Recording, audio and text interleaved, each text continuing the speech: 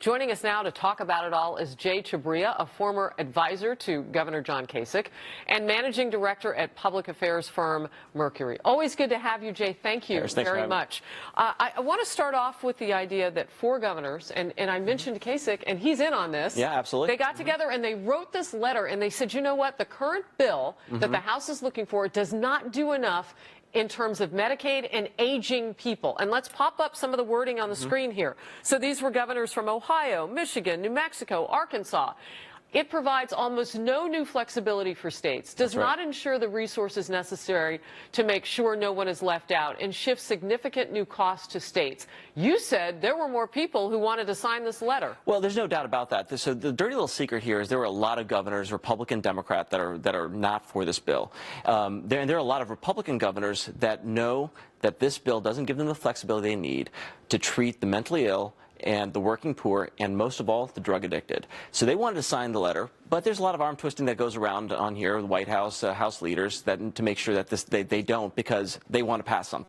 So that's kind of the dirty little secret on this one here. All right, and I take it that the secret part is the fact that we don't know how many GOP members that feel that way? There are a lot. There are a lot. Can I just cut through it all, though? Sure, cut through all the politics? Please. Who cares about that? Like, honestly, if they just pass something in the House, it doesn't mean that it's going to pass in the Senate. And isn't that the art of the deal? That you get something in the House, and then the senators put something together, and then somehow they negotiate into the hours of the night, and the president gets what he wants before Easter. Well, there's no, that's absolutely the art of the deal, but the governors have a responsibility, because they're the ones that have to administer this program.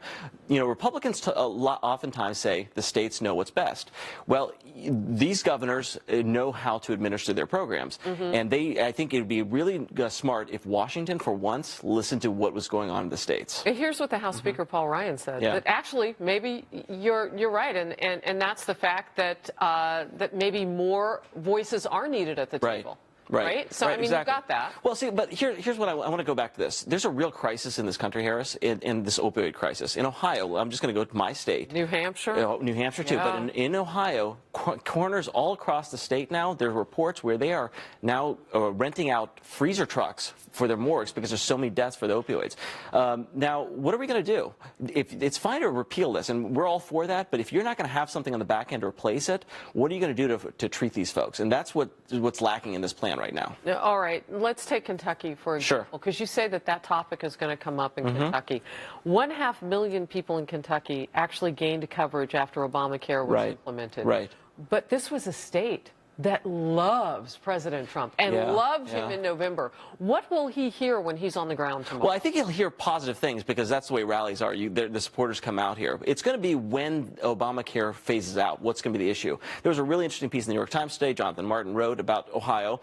Kentucky's a very state in a lot of ways, about these folks that voted for Trump in big numbers, but when they realize that their health care is going to be impacted by this, they're starting to really question what's going on there. So we got midterm elections coming around. Town halls are going to be stacked with people. They already are. And they are, right, exactly. But of supporters, previous supporters, what are they going to say to those congressmen and senators? But you have to give this president a lot of credit, though, because he had last week, and it didn't get a whole lot of coverage. He has a lot going on every day. Certainly. So we pointed a finger to this, but I don't know if maybe some people missed it. But last week, he had people into the White House to talk to him real-time stories, and he's been doing this, real-time stories about how Obamacare has impacted their lives in a positive and a negative way. So he's listening. So when he hits the ground, and you say this drug addiction and what we're seeing up and down the East Coast too, we're seeing it everywhere. Absolutely. You know, those truths, those honesties should be brought to bear with the president. He's open. And we think he is a deal maker, and we think that he will be open, and we're hoping that that's going to be the case. And the end result, you're right, this is going to be a lot of sausage that goes in between before he actually gets the bill. And that's what we're watching. Right. That's exactly right. But I would say, again, the governors have a responsibility to stake out their claim and say what they need and what's actually going to work.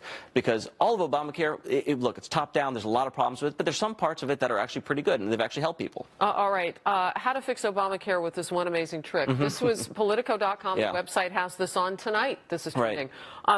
By forcing mostly healthy Americans off their parents' coverage, would help Republicans make good on their promise to salvage the health care system. How so? So this is a kind of an interesting idea, right? And it probably deserves more debate out there. I don't know that one article should just change it, but when you look at it, if you this is just happening right exactly now, right. So I bring it up. So if you move the number down to 24, let's say, maybe that there's some age the of coverage, the age 26 to 24. Maybe that has some impact on it. 26 seems like kind of an arbitrary age, and I talked to some Medicaid experts, and they say that didn't really make a lot of sense of why they would have picked that number. So maybe there's ways to play around with it. But remember, if we do take them all off, where are they going to get their care? Because those millennials, they're not going to get coverage. They're not going to go out and buy coverage of their own. So they're going to be treated in their emergency room, and that's going to drive up costs too. You're right back where you started. Exactly. 26, by the way, and I pointed this out as a former military brat, as they call us, dependent rather, is the age that the military covers you, that you get government coverage as a dependent. So it's not completely arbitrary. And maybe there are some rationales behind it, but certainly that's a place where you can play around with it, maybe have some savings, and I think the Republicans should start looking at that. Does the deal get done this week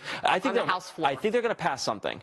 This is going to be really interesting. What is the horse trading going to look like? What is Paul Ryan going to trade to the Freedom Caucus to get it done? And also those moderates, because they're not going to get any Democrats. We know that. The Democrats are not going to be voting for this. So where's that horse trading going to go? He's probably 20 votes short right now, and where's he going to go to get those last 20? Jay Chabria. Always a pleasure to Thank you have for you having and me. pick your brain. We'll be right back, everybody.